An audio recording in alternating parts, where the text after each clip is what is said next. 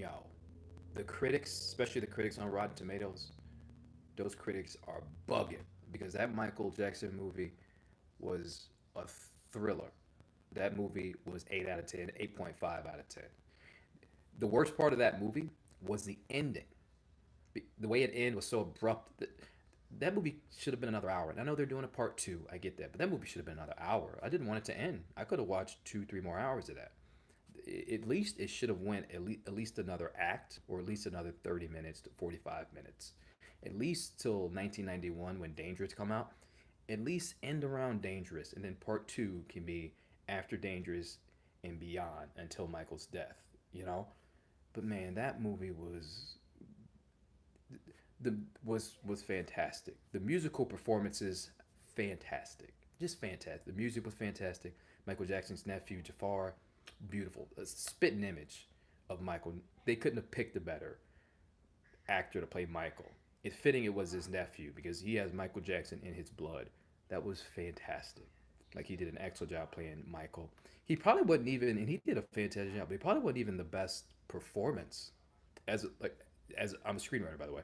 Probably was even the best performance because Colin Domingo as Joe Jackson, if he doesn't get an Oscar nomination for best supporting actress at the 2027 Oscars, then the Oscars is straight tripping. I don't know what they're doing. I don't know what more he could have done. He took a character that a lot of screenwriters would have written Joe Jackson as just a straight villain, just beating Michael every scene. He at least fleshed him out to be multi-dimensional to a degree. So Joe Jackson wasn't just a flat character. And you can even argue that Joe Jackson he had some good reasons as to why he was doing the things that he was doing. Like he wanted to keep the family together. He felt as the patriarch, he's trying to keep the family together.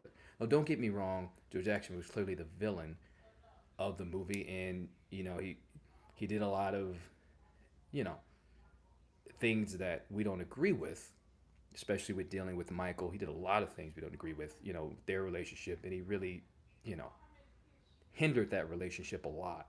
But I think Colin Domingo and the writers and Antoine as a director did a great job of trying to flesh out Joe Jackson, not make him just flat out just one dimensional. But I think they really did a great job of making him multifaceted.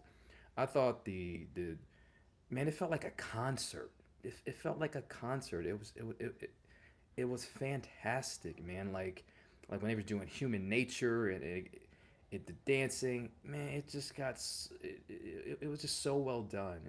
And the Beat It segment when he brought those Bloods and Crips together, and the Beat It section the Beat It set was fantastic. The early Jackson 5 performances was great.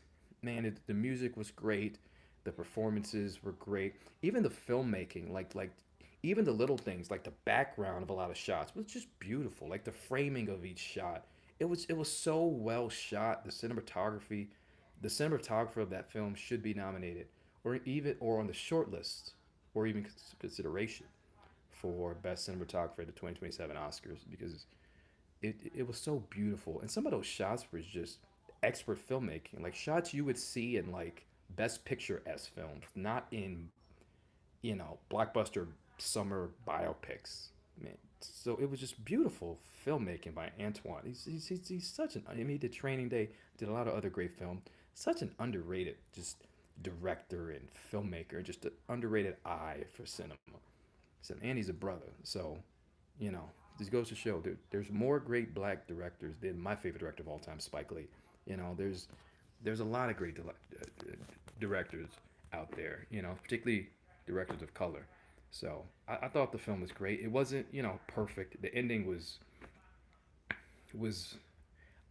a miss, and we all know that. And I think that's the biggest issue of the film. Personally, I know there was a lot of people had a lot of beef with the brothers not really being the rest of the Jackson 5, not really being fleshed out, but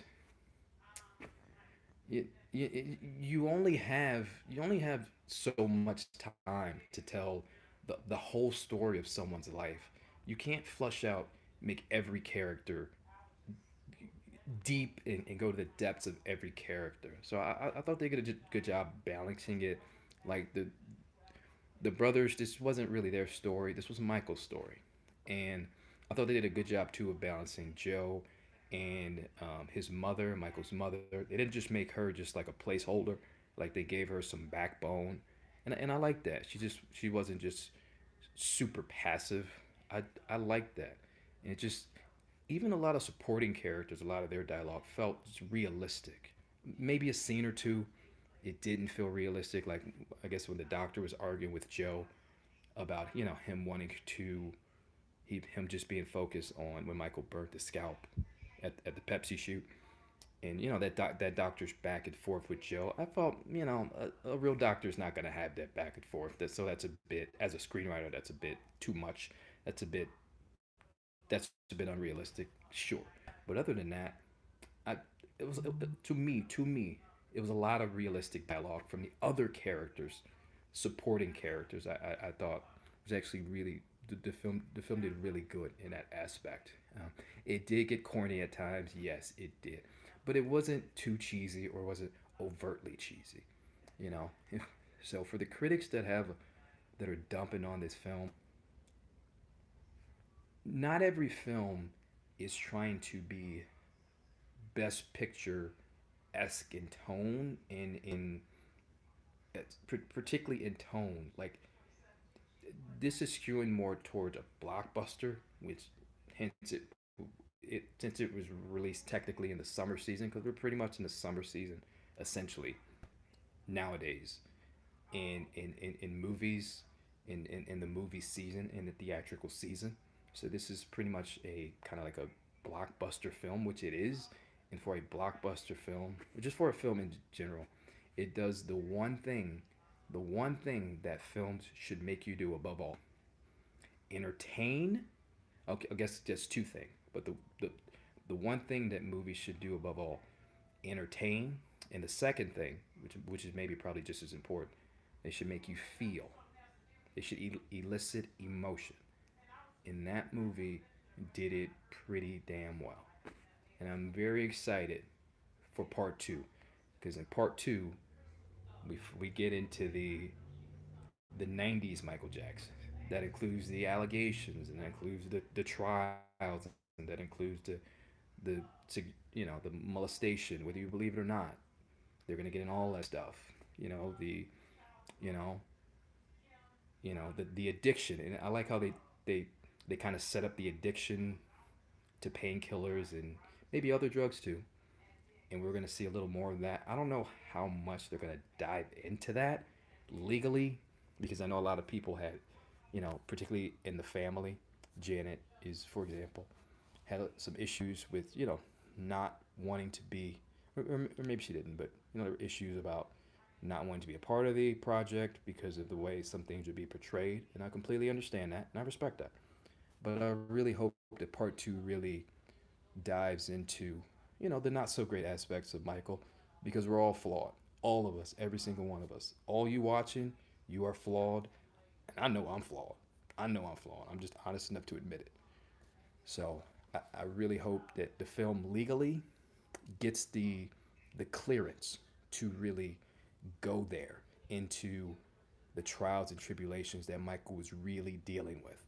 And I thought this film did a good job of scratching the surface of that, but I can't wait for part two to really dig more underneath that surface and get really to the core of the trials and tribulations of Michael Jackson. But this film, 8 out of 5. I'm sorry, 8.5 out of 10. Very entertaining. I could have watched two, three more. If that movie would have continued 2, 3 more hours, I would have had no problem. I could have sat in that theater for 5, 6 hours, no problem. And it blew by. The 127-minute runtime blew by.